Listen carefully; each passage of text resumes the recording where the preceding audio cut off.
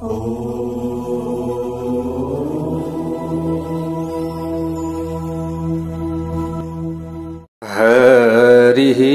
ॐ स्वस्ति श्री गणेशाय नमः। ॐ नमो भगवते वासुदेवाय। ॐ श्री हरये नमः। कृष्णाय वासुदेवाय हरये परमात्मने प्रणतक्लेशनाशाय गोविन्दाय नमो नमः। नारायणं नमस्कृत्य नरं चैव नरोत्तमं देवीं सरस्वतीं व्यासं ततो जयमुदीरयेत्। भक्तवत्सल भगवान को जय। समादरणीय वंदनीय प्यारा प्यारा भक्त सज्जन वृन्द, हजुरहरु समक्ष श्री हरिवंश पुराण कथा राख्ने क्रममा आज हामी आजको नयाँ भाग 27 मा उपस्थित भइसकेका छौं। प्यारा भक्त भागवतहरु, यहाँ भगवान श्री रामका विषयमा बताइराखिएको छ। वैशम्पायन ऋषिले राजा जन्मेजयलाई यो प्रसंग श्रवण गराउँदै हुनुहुन्छ। त भगवान श्री रामका विषयमा उहाँ नै परम तत्व हुनुहुन्छ भनेर बताइएको छ। यहाँ जुन कुरा बताइएको छ त्यही कुरा हजुरहरु समक्षमा हामीले राख्ने हो। गाथा अप्यत्र गायन्ति ये पुराण विदो जनः रामे निबद्ध तत्वार्थ माहात्म्यं तस्य धीमतः। त भगवान श्री राम परम तत्व हुनुहुन्छ। यस किसिमको दृढ निश्चय आस्था राख्ने पुराणका ज्ञाता पुरुषहरूले यस प्रसंगमा निम्नानुसार यहाँनिर चाहिँ कथा बताउने गर्दछन्। भनेको यहाँनिर जे कथा बताइएको छ त्यो अनुसार बताउने गर्दछन् कि श्री रामचन्द्रजीको वर्ण श्याम थियो। उहाँ सधैं तरुण देखिनुहुन्थ्यो अरे। उहाँका आँखा केही लालिमायुक्त थिए। उहाँका लामा लामा हातहरू थिए। गुणासम्म पुग्दथे अरे नि हातहरू। उहाँको मुख अत्यन्त सुन्दर थियो। काँध सिंहका जस्ता देखिन्थे। अतुलनीय पराक्रमी श्री रामले अयोध्याका अधिपति भएर 11,000 वर्षसम्म सम्पूर्ण पृथ्वीमा राज्य गर्नुभएको थियो। त भगवान श्री रामको राज्यमा सधैं ऋग्वेद, सामवेद र यजुर्वेदको ठूलो आवाज यानी कि ध्वनि सुन्न पाइन्थ्यो। त धनुषको ताँदो तान्दाका अवस्थामा त्यसको टंकार पनि सधैं सुनिरहन पाइन्थ्यो। दान दिने र भोजन गराउने उपदेश कुनै पनि अवस्थामा बन्द हुँदैन थियो अरे। प्यारा भक्त भागवतहरु, यहाँ बताइएको छ सत्ववान गुण सम्पन्नो दीप्यमान स्वतेजसा अति चन्द्रम च सूर्यम च रामो दाशरथिर्बभौ। यहाँ बताइएको छ कि अयोध्याका धर्मात्मा जो दशरथ राजाका पुत्र रत्नका रूपमा भगवान श्री राम उत्पन्न हुनुभएको थियो। भगवान श्री राम सत्ववान र गुणवान हुनुहुन्थ्यो। यसका साथै आफ्नो तेजबाट सधैं दिव्यमान रहनुहुन्थ्यो। उहाँको शोभा मात्रामा सूर्य र चन्द्रमाको भन्दा पनि अधिक हुन्थ्यो। भनेको उहाँको शोभा नै त्यस्तो थियो। त श्री रघुनाथजीले प्रशस्त र उत्तम किसिमका दक्षिणाहरूबाट सम्पन्न भएका 100 करोडौं परम पवित्र यज्ञहरूको अनुष्ठान गर्नुभएको थियो। अन्तमा उहाँ अयोध्याका धेरै मनुष्यहरूलाई साथमा लिएर आफ्नो त्यो नगरीको परित्याग गर्नुभयो र यसरी नगरको परित्याग गर्नु भएर साकेत धाममा जानुभयो। भक्तवत्सल भगवानको जय जय होस्। भगवान श्री रामचन्द्रको धाम साकेत धाम। त यसरी इक्ष्वाकु कुलको आनन्द अभिवृद्धि गराउनु हुने अतुलनीय पराक्रमी उहाँ भगवान श्री राम दलबल सहित पूर्ण रूपमा रावणको संहार गर्नु भएर आफ्नो परम पवित्र परम धाममा जानुभयो भनेर यसरी भन्दै हुनुहुन्छ वैशम्पायन ऋषि। अगाडि गएर भन्नुहुन्छ अपरः केशवस्यायं प्रादुर्भावो महात्मनः विख्यातो माथुरे कल्पे सर्वलोकहिताय वै। भन्नुहुन्छ हे जन्मेजाय, यसपछि परब्रह्म परमात्मा भगवान श्री केशवको श्री कृष्ण नाम भएको अवतार मथुरामा भयो यसरी बताइएको छ, जुन सबैतिर पूर्ण रूपमा प्रख्यात छ। यो अवतारमा अतुलनीय शक्तिशाली श्रीहरिले साल्व, मैन्द, द्वैवेद, कंस, अरिष्ट, ऋषभ, केशी अनि दैत्यकन्या, पुतना अनि कुवलया पीड नाम भएको हात्ती, चाँडुर, मुष्टिक जस्ता मनुष्यको शरीर धारण गरेका दैत्यहरूको संहार गर्नुभएको थियो। अब भगवान श्री कृष्ण जो हुनुहुन्छ उहाँको कथा श्रीमद् भागवत महापुराणमा हजुरहरूले पुरा सुन्नु भएको छ। यहाँ श्री हरिवंश पुराणमा जस्ता कुराहरू राखिएको छ त्यस्तै हजुरहरू समक्षमा हामीले राख्नेछौँ। यहाँ बताइएको छ त यसरी दैत्यहरूको संहार गर्नुभयो। यसबाहेक उहाँले ज्यादै आश्चर्यमय कर्म गर्ने बाणासुरका 1000 हातहरू काटिदिनु भयो र युद्धमा नरकासुरको विनाश गरिदिनु भयो। अत्यन्त शक्तिशाली कालयवनलाई पूर्ण रूपमा भस्म गराइदिनु भयो। यति मात्र नभएर उहाँले आफ्ना तेजका प्रभावका माध्यमद्वारा सबै राजाहरूसँग रहेको रत्न खोज्नुभयो र पृथ्वीमा भएका दुराचारी राजाहरूको पूर्ण रूपमा विनाश गरिदिनु भयो। भक्तवत्सल भगवानको जय जय होस्। त यहाँसम्म जुन 7वटा अवतारका विषयमा बताइएको छ भनेको अहिलेसम्म 7वटा भगवान श्री नारायणका अवतारहरूको बारेमा बताइयो। तिनीहरूमा मत्स्य र कश्यप अवतारलाई पनि समाहित गरेर तिनीहरूलाई 9 अवतार सम्झाउनु पर्दछ। त यहाँ अगाडि गएर भन्नुहुन्छ 28औं द्वापरमा भगवान श्री विष्णुको यो श्री कृष्ण नाम भएको 9 अवतार भएको थियो। यहाँ यही कुरा बताइएको छ हरिवंश पुराणमा। यसभन्दा केही पहिले नै उहाँको 10औं अवतार पनि भएको थियो भनेर बताइएको छ, जुन जातुकर्ण्यका साथ प्रकट भएको थियो। त त्यो अवतार वेदव्यासका नामबाट प्रसिद्ध भएको छ। ती सत्यवतीका पुत्र रत्नका रूपमा उत्पन्न भएका महात्मा वेदव्यासले एउटा वेदलाई 4 भागमा विभाजन गरिदिएर उहाँले नै भरत वंशको लुप्त परम्परालाई फेरि स्थापित गरिदिनु भयो। त यो सम्पूर्ण जगतको कल्याण गर्नका लागि प्रकट हुनुभएका परब्रह्म परमात्मा श्रीहरिका जुन माथि बताइए अनुसारका 10 अवतार बिते। त यहाँसम्म ती अवतारहरूका विषयमा वर्णन गरियो। अब भविष्यमा हुने उहाँका अवतारहरूका बारेमा पनि यहाँनिर बताइएको छ। भक्तवत्सल भगवानको जय जय होस्। अब हुने अवतारहरू के अवतारहरू हुन्छन् त भनेर यो कथा जतिखेर लेखिएको थियो नि प्यारा भक्त भागवतहरू भनेको द्वापर युगमा सत्य त्रेता द्वापर युगमा वेदव्यासजीले यसरी 18 उपपुराण 18 महापुराणहरूको रचना गर्नुभएको थियो। त्यतिखेर भगवान श्री कृष्ण हुनुहुन्थ्यो। त भगवान श्री कृष्ण आइसकेसम्मको अवतारका बारेमा त भगवान श्री हरि नारायणको अवतार भयो भनेर लेखिएको छ। त्यहाँबाट उता चाहिँ अब यी अवतारहरू हुन्छन् है भनेर उहाँले लेख्नु भएको पुराण नै आज हामीले पढ्दैछौँ। अब त्यसमा पनि यहाँ के बताइएको छ त भन्दाखेरि अब भगवान श्री कृष्ण पछाडि सबैभन्दा पहिले बुद्धको अवतार हुनेछ भनेर यहाँनिर बताइयो। तर भगवान अब आज भोलि त हामीले भन्दा त भगवान बुद्धको अवतार त भइसकेको छ। बुद्ध भूमि नेपाल आज भोलि हामीले भन्दछौँ प्यारा भक्त भागवतहरू हैन। त भगवान श्री कृष्णसम्म चाहिँ अब त्यो समयमा लेखिएको भएका कारणले गर्दा यसरी अवतार भयो भनेर भनियो। अब चाहिँ अवतार हुनेछ भनेकोमा चाहिँ यहाँ बुद्ध भगवानको अवतारका बारेमा वर्णन गरियो। त विष्णु यसको नामबाट प्रख्यात कल्की अवतार पनि हुनेछ त्यस पछाडि यसरी बताइएको छ। ल हेर्नुहोस् है, अब बुद्ध अवतार त भइसक्यो हो, अब कल्की अवतार हुन बाँकी छ। त परब्रह्म परमात्मा भगवान श्री विष्णु सम्पूर्ण जगतको कल्याण गर्नका लागि फेरि सम्बल नाम भएको गाउँमा ब्राह्मणको रूपमा प्रकट हुनुहुनेछ। त यसभन्दा पहिलेका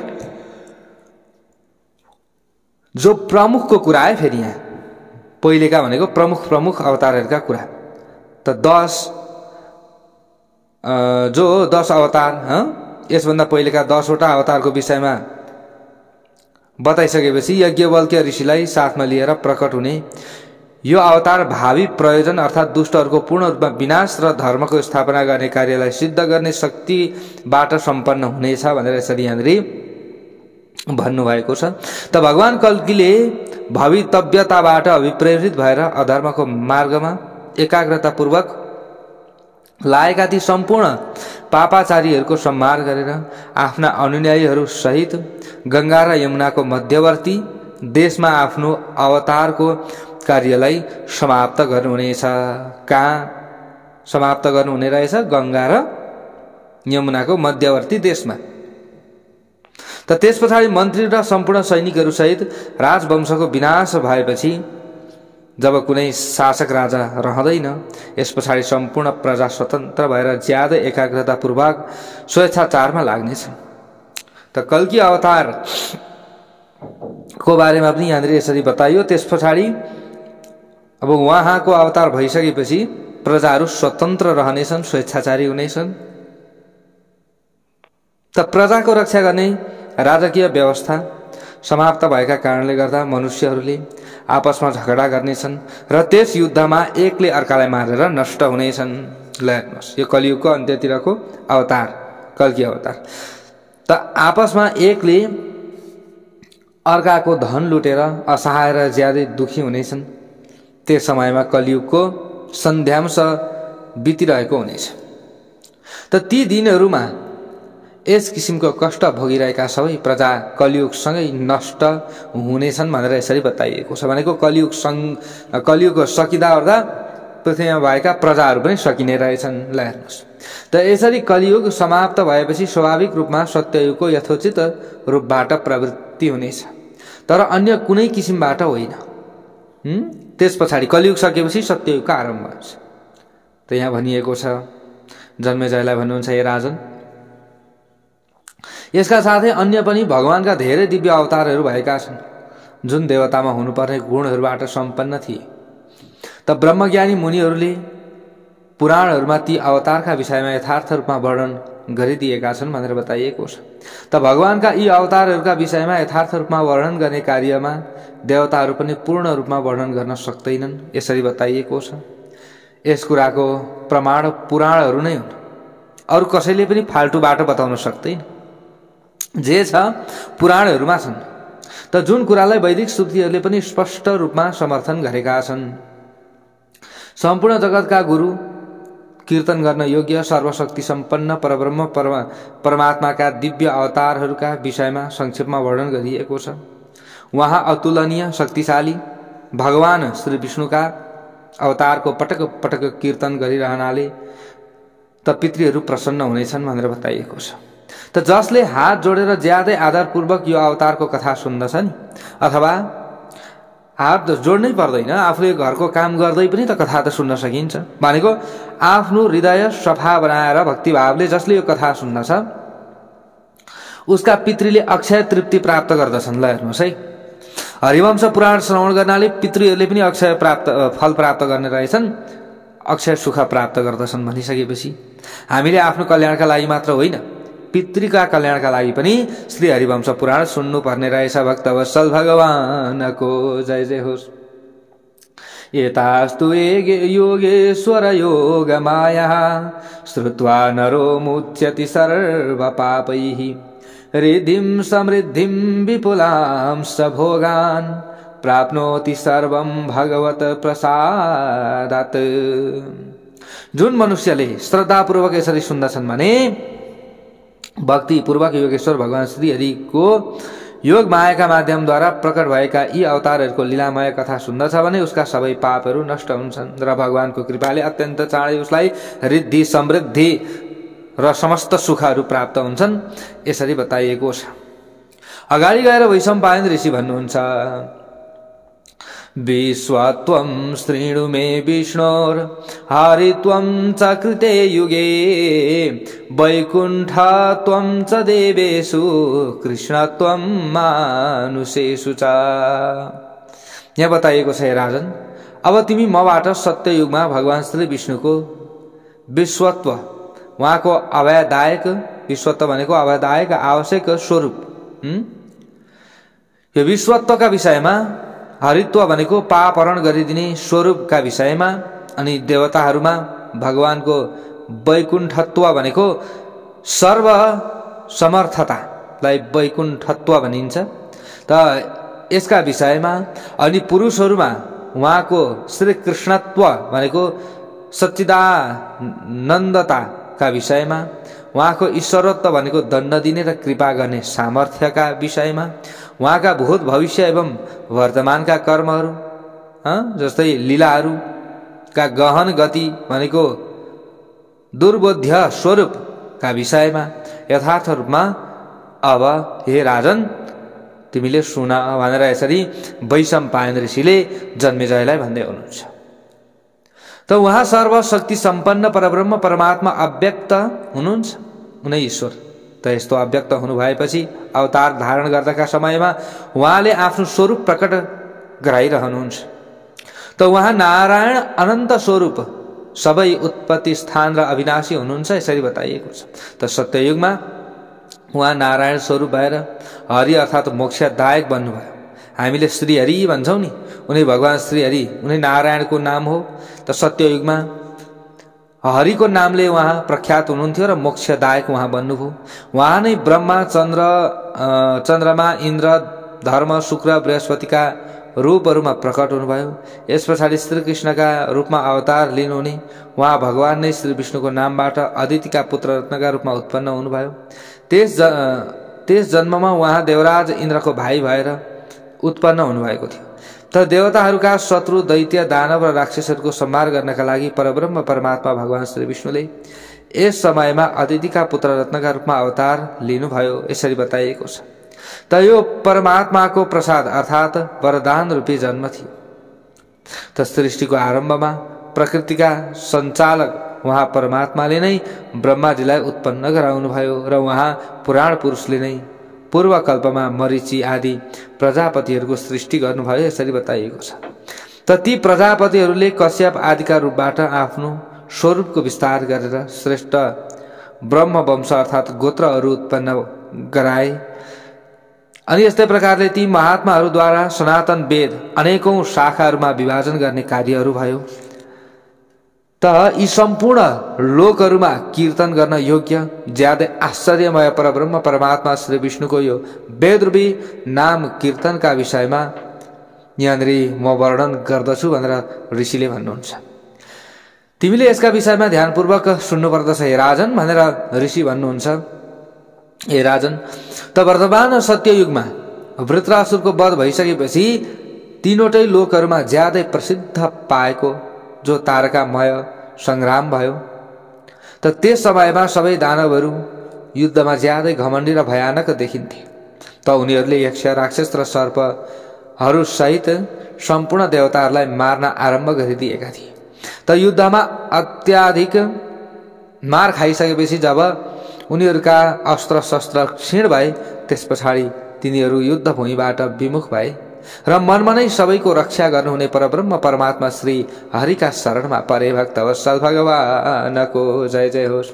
एतस्मिन्नन्तरे मेघा निर्वाणाङ्गारवर्षिणः सार्क चन्द्रग्रह गणं छादयन्तो नभस्तलं। त यस बीचमा बादलहरूले अत्यन्त प्रज्वलित आगोमा तताएका ज्यादै राता फलाम जस्ता ज्वाला रहित आगोका फिलिङ्गा वर्षाउन थाले। त्यो समयमा ल हेर्नुहोस्, बादलहरूले त आगोको फिलिङ्गा, ल हेर्नुहोस् है कस्तो कुरा यहाँनिर आयो। त बादल, सूर्य, चन्द्रमा आदि ग्रहहरू सहित आकाशलाई ढाकेर फैलिएको देखिन्थे। त अत्यन्त चम्किला बिजुलीहरूद्वारा पूर्ण रूपमा व्याप्त भएका ज्यादै भयानक ती बादल अति ठुलो आवाजमा गर्जन र परस्पर तीव्र गतिमा ठोक्किन थाले। किनकि त्यस समयमा प्रवाह आदि 7 किसिमका बादलहरू चलिरहेका थिए। त बिजुली र ज्यादै तातो पानी पर्नाले वज्रको जस्तै वेग भएको हावा चलेका कारण अत्यन्त भयानक उत्पातहरूद्वारा जलिरहेको जस्तो आकाश मानौ ज्यादै ठुलो आवाजमा कराउन थाल्यो। त त्यस समयमा हजारौं उल्का पिण्डहरू तलतिर झर्दथे र फेरि आकाशमा पुग्दथे। यस्तै प्रकारले विमानहरू तलतिर घोप्टो परेर झर्दथे र फेरि उल्टै गतिमा उड्दथे। त हजार चतुर्युगहरूको अन्तमा हुने प्रलयका समयमा सबै लोकहरूमा जुन किसिमको भय उत्पन्न हुन्छ, त प्यारा भक्त भागवतहरू यस उत्पादका समयमा पनि त्यसै किसिमको संकेत देखिन थाल्यो अरे प्यारा भक्त भागवत। त त्यस समयमा सम्पूर्ण संसार अन्धकारबाट ढाकियो। यस्तो ढाकिएका कारणले गर्दा प्रकाशविहीन हुन थाल्यो। त अन्धकारद्वारा पूर्ण रूपमा ढाकिएका कारणले दशै दिशाहरूको ज्ञान हुन सक्दैन थियो। जसरी काला बादलहरूद्वारा घेरिएका अमावास्याको रात्रि अत्यन्त अन्धकारमय देखिन्छ, त्यसरी नै अन्धकारद्वारा सूर्य ढाकिएको घोर अन्धकारबाट भरिएको आकाश शोभाविहीन देखिन्थ्यो। त त्यसकारण अब त्यस समयमा श्याम वर्ण भगवान श्रीहरिले आफ्ना दुवै हातहरूद्वारा अन्धकारबाट व्याप्त भएको बादलहरूको समूहलाई माथितिर धकेलिदिनु भयो। त आफ्नो दिव्य स्वरूपको साक्षात्कार गराउनु भयो। यसरी बताइएको छ। त भगवानको आकृतिको वर्ण मेघ र गाजल जस्तो थियो अरे। त उहाँको केश पनि मेघ बादल जस्तै कालो थियो। त उहाँको शरीर त कालो पर्वत जस्तै कालो वर्ण भएको थियो। त त्यो शरीरबाट तेज पनि कालै वर्ण भएको निस्किरहेको थियो। भक्तवत्सल भगवानको जय जय होस्। त उहाँले ज्यादै चम्किलो पिताम्बर धारण गर्नुभएको थियो र चम्किएको सुनका गहना लगाउनु भएको थियो। त्यस समयमा उहाँ यस्तो देखिरहनु भएको थियो कि जसरी धुवाँ जस्तै अन्धकारमय शरीरबाट ढाकिएर प्रलयकालको अग्नि प्रकट भइरहेको छ। त उहाँ अष्टभुज हुनुभएका कारणले 8वटा मोटा बाहुमूलहरूले सुशोभित हुनुहुन्थ्यो। ज्यादै चम्किला गहनाहरूबाट सम्पन्न उहाँको आकृति थियो। यस्तो शोभामय थियो आकृति कि जस्तो वकुल्लाको बथानद्वारा विभूषित मेघ हुन्छ, उहाँ सुनद्वारा निर्माण गरिएका अस्त्र शस्त्रद्वारा सुशोभित हुनुहुन्थ्यो। चन्द्रमा र सूर्यका किरणहरूद्वारा अत्यन्त उज्यालो भएको पर्वत जस्तै अटल हुनुहुन्थ्यो। कम्मरमा जस्तै पहेँलो रङ भएको कर्दनी बाँध्नु भएको थियो। उहाँको एउटा हात नन्दक नाम भएको खड्गद्वारा सुशोभित थियो। उहाँको दोस्रो हातमा सर्पाकार लहरेदार बाण धारण गर्नुभएको थियो। त शक्तिद्वारा उहाँ ज्यादै शोभायमान हुनुभएको थियो। यसरी बताइएको छ। त तेस्रो हातमा हलो धारण गर्नुभएको उहाँ अत्यन्त अल्गो देखिरहनु भएको थियो। स्वरूप पनि अल्गो थियो नि हेर्दा पनि। त उहाँले अन्य 3वटा हातहरूमा क्रमशः शङ्ख चक्र गदा धारण गर्नुभएको थियो। उहाँको एउटा हातमा सारङ्ग अर्थात् सिङबाट बनाइएको धनुष रहेको थियो। त उहाँका अङ्गहरूमा जुन श्री छ त्यो नै वृक्षको आधार थियो। यसरी बताइएको छ प्यारा भक्त भागवतहरू। जसरी पर्वतको मूल भाग पृथ्वीमा आधारित रहेको हुन्छ, त्यसरी नै श्रीहरिलाई प्राप्त गर्ने मूल आधार क्षमा भाव हो। यसरी बताइएको छ। भय प्राप्त भएका अवस्थाहरूमा अभयदान दिनुहुने पर्वत जस्तै अटल भगवान श्री विष्णुलाई दैत्यहरूबाट पराजित भएका देवताहरूले आकाशका बीचमा दिव्य लोकमय रथमा बसिरहनु भएको देखे अरे त्यो समयमा। त त्यो रथलाई हरियो रङका घोडाहरूले के गरेका थिए? तानेका थिए। त त्यो रथ गरुडको ध्वजाद्वारा सुशोभित भएको थियो। यस्तै प्रकारले यहाँ अगाडि गएर भनिएको छ, सूर्य र चन्द्रमा रूपी पाङ्ग्राहरू भएकाले त्यो ज्यादै सुन्दर देखिएको थियो। त्यसको भित्री भागलाई मन्दराचल पर्वतले धुर बनेर धारण गरेको थियो। यसरी बताइएको छ। शेष भगवान नै त्यसमा जोतिएका घोडाहरूको लगाम बन्नु भएको थियो। सुमेरु पर्वत त्यो रथको अगाडिको भाग बनेको थियो। ताराहरू नै रङ्गी बिरङ्गी फुलहरूको रूपमा त्यसमा सजिएका थिए। ग्रह र नक्षत्र त्यसमा डोरीका रूपमा लागेका थिए। भक्तवत्सल भगवानको जय जय होस्। त्यस समयमा देवराज इन्द्र आदि सबै देवताहरूले जय जयकार गरिरहेका थिए र हात जोडेर आफ्ना शरणमा परेकाहरूको रक्षा गर्नुहुने भगवान श्री विष्णुको शरणलाई स्वीकार गरिरहेका थिए। शरणलाई स्वीकार गरे त भगवान श्री विष्णुका लागि देवताहरू ज्यादै प्रिय छन्। यसरी बताइएको छ।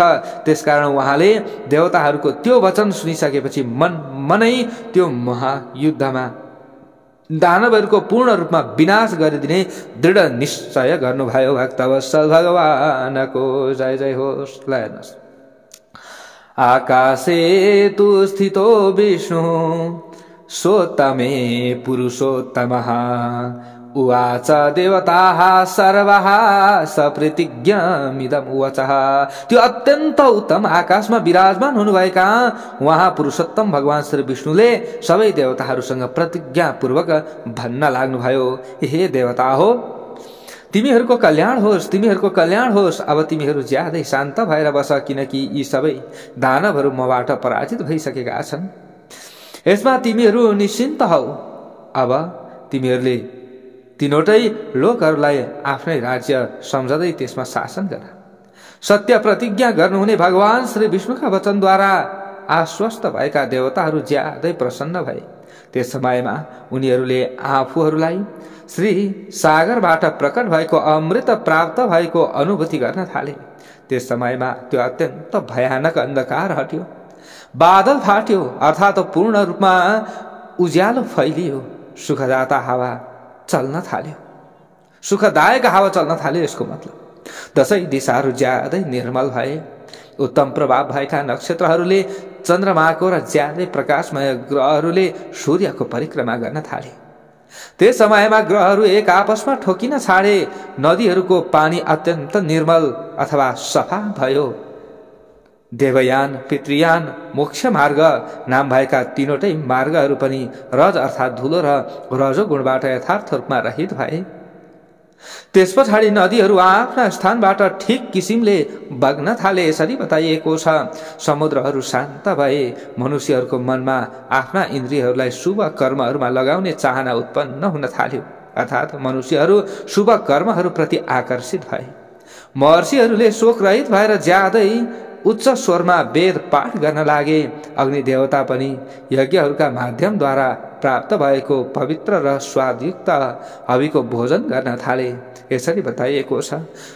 यहाँ भन्नुहुन्छ, अगाडि गएर वैशम्पायन ऋषि, हे राजन, सत्य प्रतिज्ञा गर्नुहुने देवताहरूद्वारा पनि पूजनीय भगवान श्री विष्णुद्वारा शत्रुहरूको विनाश गरिदिने प्रतिज्ञा सुनेर प्राणीहरू अन्तरात्मादेखि नै अत्यन्त प्रसन्न भएर ज्यादै प्रेमपूर्वक यज्ञ आदि धार्मिक अनुष्ठानमा एकाग्रतापूर्वक लागे। भक्तवत्सल भगवानको जय जय होस्। त यहाँ वैशम्पायन ऋषि अगाडि गएर बताउनुहुन्छ, ततो भयं विष्णुभयं श्रुत्वा दैत्य दानवाः उद्योगं विपुलं चक्रुर युद्धाय युधिदुर्जयाः।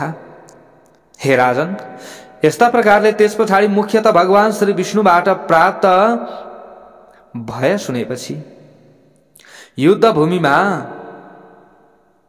सजिलोसँग जित्न नसकिने दैत्यहरू र दानवहरूले युद्धका लागि अत्यन्त ठूलो अभियान सुरु गरे अरे। ल हेर्नुहोस् है, त मया नामको असुर सुनद्वारा निर्माण गरिएको रथमा सवार भयो। त्यो समयमा जुन रथको विस्तारित रूप 1200 हातको थियो, यसरी बताइएको छ। त त्यसमा 4वटा पाङ्ग्राहरू लगाइएका थिए। त्यो रथ भाँचिने बिग्रने कुनै पनि सम्भावना थिएन, जस्तो सुकै अप्ठ्यारो किसिमको भूमि किन नहोस्। त्यसमा पनि त्यो रथ रोकिँदैन थियो अरे, अथवा निरन्तर रूपमा अगाडि बढिरहन्थ्यो। त्यस रथमा ठूला ठूला अस्त्र शस्त्रहरू ज्यादै सुन्दर किसिमबाट सजाइएर राखिएका थिए।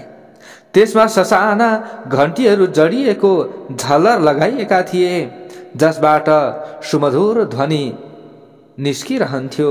रथको माथिको भागमा त्यसको सुरक्षाका लागि बाघको छाला मोडिएको थियो। त्यस रथमा अनेकौं किसिमका रत्नहरू जडिएका थिए। सुनका जालीहरूले त्यसको शोभा बढाइरहेको थियो। त्यसको धुर अत्यन्तै असल किसिमको थियो। त्यो रथ उत्तम रथहरू मध्ये पनि सर्वोत्तम थियो, यसरी बताइएको छ। त त्यसको बस्ने ठाउँ ज्यादै सुन्दर किसिमले बनाइएको थियो। त्यो हेर्दा पर्वत जस्तो देखिन्थ्यो अरे नि। त्यसमा अनेकौं किसिमका जीव जन्तुहरूका चित्रहरू अंकित भएका थिए। विभिन्न किसिमका पक्षीहरूको चित्रले त्यसको शोभा बढाइएको थियो। त्यो रथभित्र दिव्यास्त्र बाण हालेर पिठ्यौमा भरिने ठोक्रो राखिएको थियो। त्यो रथबाट मेघ गर्जिएको जस्तो घर घर शब्द निस्किन्थ्यो अरे। गधाहरू र परिग अर्थात् घाडासीहरूद्वारा परिपूर्ण भएको त्यो विशाल रथ मूर्तिमान समुद्र जस्तै देखिन्थ्यो।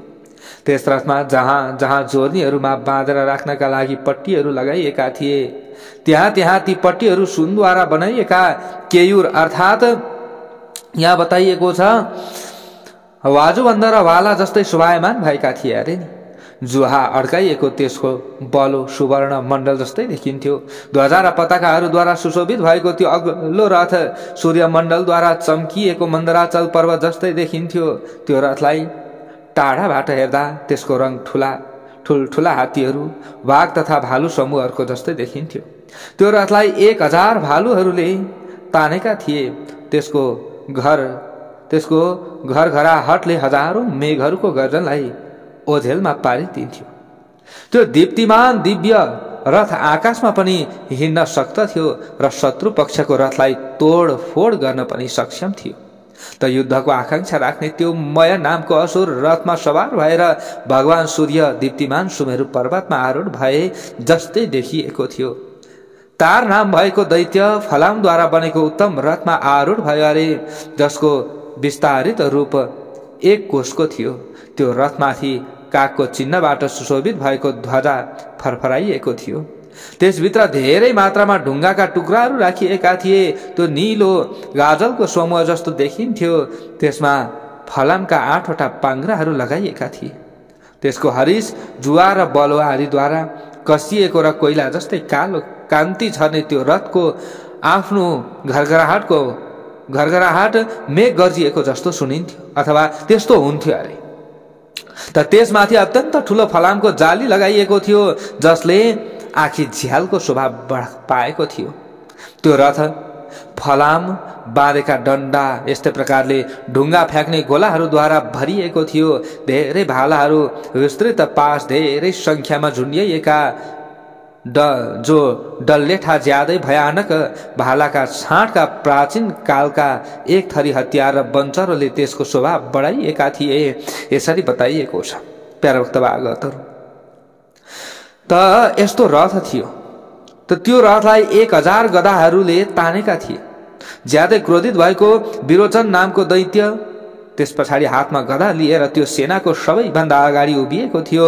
त्यो देख्नमा यस्तो थियो कि मानव कान्तिमान शिखर भएको कुनै पर्वत उभिरहेको छ अगाडि, त्यत्रो शरीर धारण गरेको थियो। त शत्रुहरूको सेनालाई दबाउनका लागि पूर्ण रूपमा सक्षम दानव हयग्रीव 1000 घोडाहरूद्वारा तानिएको रथलाई आफ्नो वाहन बनायो र वराह नाम भएको दानव कयौं हात लामो ज्यादै विशाल धनुषबाट टंकार निकाल्दै दैत्य सेनाको अगाडिपट्टिको भागमा उभियो। त्यस समयमा त्यो जटाहरूबाट सम्पन्न भएको बरको रुख जस्तै अटल भएको अनुभूति हुन्थ्यो। खर नाम भएको जो दैत्य थियो, त्यो दैत्य आफ्ना आँखाहरूबाट क्रोधका आँसु बगाउँदै अत्यन्त घमण्डका साथ आयो र युद्ध भयो। त्यस समयमा उसका दाँत, ओठ र मुख क्रोधले कामिरहेका थिए। त्वष्टा नाम भएको शक्तिशाली दानव 18वटा घोडाहरूद्वारा तानिएको रथमा सवार भएर आयो र व्यूह चक्रमा उभिएका दानवहरूसँग आफू पनि त्यो व्यूहको एक भाग भएर सबैतिर घुम्न थाल्यो। विप्रचित्तिको श्वेत नाम भएको पुत्र सेतो रङको कुण्डलका माध्यमद्वारा विभूषित भएर युद्ध गर्नका लागि पूर्ण रूपमा तयार भएर अगाडि आएर उभियो। त्यो सेतो पर्वत जस्तै देखिन्थ्यो। त बलिको जेठो पुत्र अरिष्ट पहाड पर्वतका ढुङ्गा अस्त्र शस्त्रका रूपमा धारण गरेर आफ्ना शत्रुहरूको सामना गर्नका लागि तयार भएर अगाडि आयो। उसले युद्धको कला कौशलका लागि विशेष परिश्रम गरेको थियो। त्यो पनि अर्को एउटा पर्वत जस्तै देखिन्थ्यो। किशोर नाम भएको दैत्य उक्साइएको घोडाको बच्चा ज्यादै हर्षित र उत्साहपूर्वक आएर दैत्य सेनाको मध्यभागमा उभियो अरे। ल हेर्नुहोस् त त्यो भर्खरै उदाएको सूर्य जस्तै शोभायमान भइरहेको थियो। यसरी नै लम्बन नाम भएको दानव वर्षनका लागि झुकिरहेका बादलहरू वर्षनका लागि झुकिरहेको जो बादल हुन्छ, बादल जस्तै कालो समूह जस्तै देखिन्थ्यो। प्यारा भक्त भागवतहरू, यसरी सबै दैत्यहरू भेला भएका छन्। यसै गरी कोही गधाहरू ऊँटहरूमा सवार भएर आइरहेका थिए, कोही बादललाई नै आफ्नो वाहन बनाएर आइरहेका थिए। प्यारा भक्त भागवतहरू युद्धका लागि यसै गरी धेरै जसो दानवहरू खलबल गर्दै पाखुरा ठोक्दै बलका कारणले ज्यादै ज्यादै उन्मत्त भएका सिंहहरू जस्तै भयानक शब्दहरूमा गर्जिरहेका थिए। भनेको यस्तो शब्द निकाल्दै गर्जिरहेका थिए। त यसरी युद्धका लागि बलको अभिमानले गर्दा ज्यादै उन्मत्त भएका ती दानवहरूको सम्पूर्ण सेना बादलहरूद्वारा बनेको सेना झैं देवताहरूका सन्मुख तयारी अवस्थामा उभिएका थिए। देवता र दैत्यहरूको यहाँनिर लडाईँ हुन लागिरहेको छ। त्यो ज्यादै अद्भुत दैत्य सेना हजारौं दैत्य वीरहरूद्वारा भरिएको थियो। प्यारा भक्त भागवतहरू वायु, अग्नि, जल, बादल र पर्वतहरूको माला जस्तै देखिन्थ्यो। युद्धको प्रवाहलाई बढाउनका लागि सबैतिर फैलिएको थियो र युद्ध गर्ने मनसायले ज्यादै उन्मत्त भएको जस्तो देखिन्थ्यो। भक्तवत्सल भगवानको जय जय होस्। हेर्नुहोस्, वैशम पायन ऋषि अगाडि गएर भन्नुहुन्छ, श्रुतस्ते दैत्य सैन्यस्य विस्तरस तात विग्रहे सुराणाम सर्व सैन्यस्य विस्तरम वैष्णवम शृणु। भन्नुहुन्छ, हे शिष्य, त्यो युद्धका समयमा दैत्य सेनाको जुन विस्तारित स्वरूप थियो त्यसका विषयमा त तिमीले सुन्यौ। जुन सेना भगवान श्री विष्णुका आश्रयमा रहेका छन्। अब देवताहरूका सबै सेनाहरूको विस्तारमा जो सेनाहरू छन् ती सेनाहरूका बारेमा पनि विस्तार पूर्वक म श्रवण गराउने छु। त्यसका बारेमा पनि विस्तार पूर्वक सुन। यहाँनिर यसरी वैशम पायन ऋषिले जन्मेजयलाई भन्दै हुनुहुन्छ। प्यारा भक्त भागवतहरू, अब दैत्यहरूका सेनाका बारेमा त बताउनु भयो, अब देवताहरूको सेनाका बारेमा पनि अगाडि गएर वर्णन गर्नुहुनेछ। यो वर्णनको भाग भोलि हुनेछ। प्यारा भक्त भागवतहरू, भोलि अर्को नयाँ भागका साथ भेट्ने बाचा गर्दै म बिदा हुन चाहन्छु।